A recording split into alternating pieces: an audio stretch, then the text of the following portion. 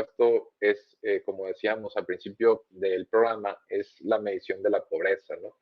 ¿Qué sucede cuando se da la pandemia? Bueno, se empiezan a poner algunas restricciones en cuanto al flujo o la movilidad de las personas y en algunos casos, pues eso trajo tasas de desempleo, ¿no? En el sector formal, en algunos casos es más, no se vio tanto, ¿no? Por ejemplo, en la manufactura, pues siguieron entrando pedidos, entonces el personal, no, mucho personal se mantuvo.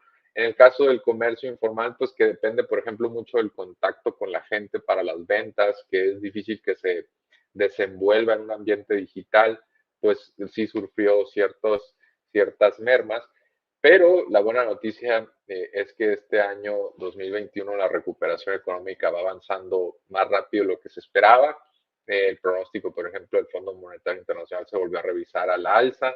Ya los analistas del sector privado estiman que el crecimiento de la economía mexicana estará entre 6 y 7%. Entonces, ahí va recuperándose el empleo también. En Estados Unidos tuvimos el indicador de empleo el viernes y la cifra indica que se han recuperado 75% de los empleos perdidos en la parte más baja de la pandemia, ¿no? 75% es el dato para los Estados Unidos. Y en México, el presidente hace poco dijo que en la primera semana de julio, los primeros 5 días, se habían creado más de 230,000 puestos formales, es decir, registrados ante el IMSS, esa es la forma en que se mide, y considerando esa cifra, en México ya vamos con el 82% del empleo perdido en la parte más baja de la pandemia que se ha recuperado, ¿no? Estamos hablando de que si siguiera esta dinámica en 1 o 2 meses, se estaría recuperando todo el empleo formal. En el caso del empleo informal, existe otra medición que es la ENOE, ¿no? Que es la ENOE, es una encuesta que levanta el INEGI y ahí se consigue una encuesta, no son los datos que se pueden verificar ante el IMSS, como en el caso del empleo formal. Y la NOE abarca tanto el empleo formal como el informal. Y también, pues los datos son bastante optimistas porque ya indica que se ha recuperado más del 90% del empleo perdido, ¿no? Entonces, es una forma también de verificar o de validar lo que estamos viendo ante el IMSS. Y la buena noticia, la todavía mejor noticia, es que la ENOE se levantó hasta el último día de junio, no considera julio, como si lo considera Estados Unidos, y también en el caso del IMSS, pues no considera los últimos días de julio. Entonces es probable que esta tasa del 82 al 90 y tantos por ciento mejore en las siguientes semanas. Estamos hablando entonces de que el empleo se va recuperando y que ya incluso supera la tasa a la que se va recuperando el empleo de los Estados Unidos, ¿no? Lo cual es, por supuesto, buena noticia en el sentido de que no se esperaba quizá que se recuperara tan rápido la economía, había cierto escepticismo. Recuerdo yo que en algunas mesas de debate de finales del 2020 o principios del 2021, cuando uno decía que era probable que la economía creciera más de 3.5%, pues sonaba sumamente optimista, ¿no? Y hasta lo tachaban a uno pues de irracional o de que no estaba viendo alguna cuestión. Pues la verdad es que había riesgos en ambas direcciones, pero era muy factible que se creciera encima de esa tasa que ahora al parecer estaremos creciendo al doble de lo que se indicaba en aquel entonces, ¿no?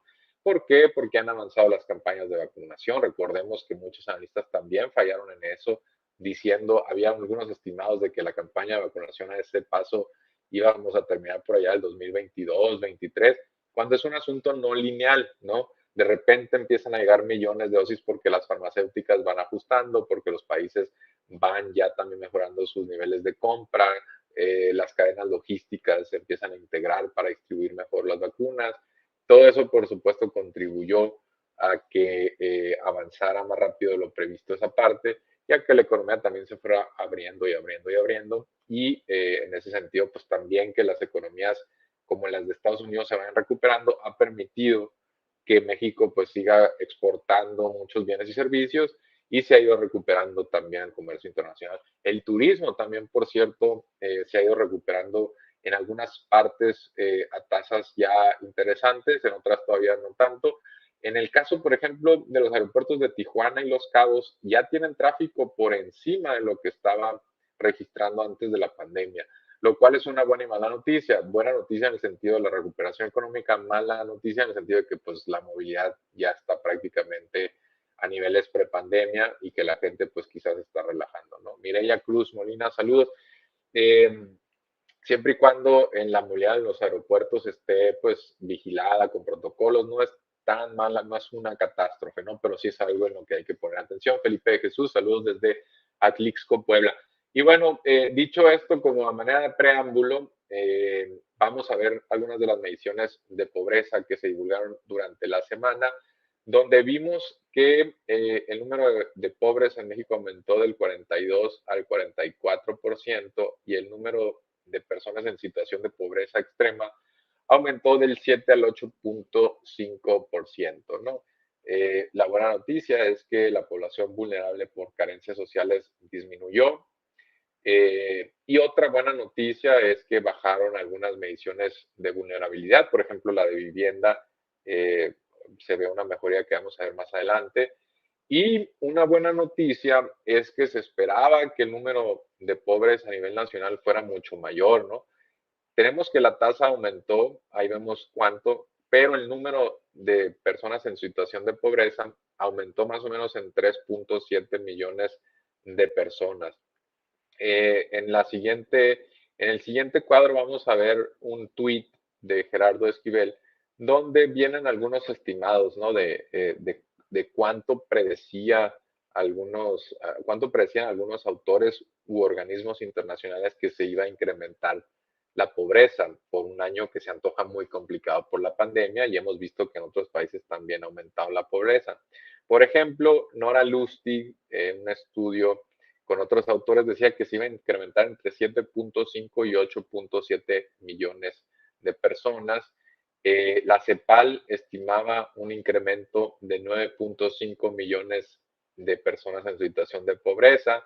Coneval, el propio Coneval predecía en algún momento que se iban a incrementar entre 8.9 y 9.8 millones de personas. Y había otros autores que ponían la cifra entre 13 y 16 millones, ¿no? ¿Cuál fue entonces la cifra de acuerdo a la NIG de INEGI y después con la NIG el Coneval construye estos estimados de pobreza? El número fue 3.7, ¿no? Entonces, si se fijan, en algunos casos fue la mitad de lo que se esperaba en algún momento, ¿no? Esto, por supuesto, que es una buena noticia, ¿no? Nunca es complicado festejar que haya incrementos en la pobreza, por supuesto, pero lo que sí es válido celebrar o reconocer es que aumentó menos de lo que aparentemente indicaba que iba a suceder, por ejemplo, el porcentaje de caída de la economía, ¿no? ¿A qué se debe este fenómeno de un menor incremento en la pobreza de lo que se esperaba? Bueno, tiene que ver con varios factores. En primer lugar, pues por supuesto que tiene que ver con los programas sociales.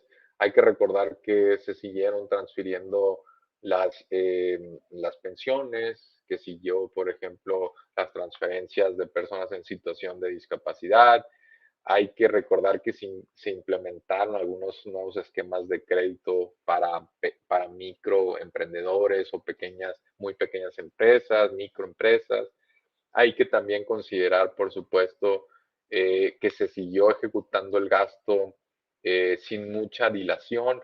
En algunas otras crisis, por ejemplo, en la de 2008, Felipe Calderón anunció una refinería que finalmente hay que recordar que no se construyó, pero la anunció como parte de un paquete de estímulos para reactivar la economía.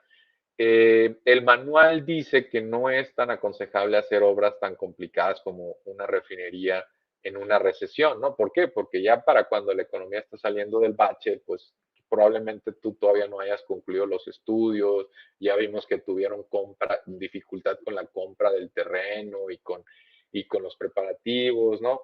Entonces, en el caso de la refinería de Dos Bocas, ya estaba echado a andar el proyecto, lo mismo el Tren Maya, lo mismo el aeropuerto. Entonces, que ese gasto se haya ejecutado más a prisa, por supuesto que sirvió como estímulo contracíclico, ¿no? Hubo también otros programas de transferencias que, por supuesto, ayudaron. El incremento también al salario mínimo ya venía desde antes de la pandemia aumentando los salarios, sacando a mucha gente de situación de pobreza y eso por supuesto también contribuyó que la inflación se mantuviera baja. En otras crisis puede haber hiperinflación con muy bajo crecimiento, que también se le conoce como estanflación. Ayudó también, por supuesto, el envío de remesas, ¿no? Eso no hay que subestimarlo, porque finalmente es un colchón, ¿no? Muchos hogares transfirieron de Estados Unidos a México algunos recursos y eso permitió que los receptores pues enfrentaran el choque económico, ¿no? Otras cuestiones que por supuesto ayudaron a mitigar esto es que en algunos casos paró la actividad económica y eso puede tener una cuestión muy exagerada de la caída del Producto Interno Bruto porque no se está produciendo nada, pero hay que recordar que si el choque era transitorio, muchos de estos empleadores quizá dijeron, bueno, vamos a aguantar a los empleados, vamos a seguir como estamos y eso pues pudo haber ayudado, ¿no? Entonces ahí los esquemas que implementó el IMSS, ¿no? De facilidades. En el caso del Infonavit también se dieron algunas facilidades. La Comisión Bancaria de Valores también relajó algunas cuestiones referentes al crédito. Todo eso, pues por supuesto, son políticas que ayudaron a que se registrara una menor cifra de pobreza de la esperada, ¿no? Y en la siguiente gráfica vamos a ver por entidad federativa cómo está la situación actual de la pobreza.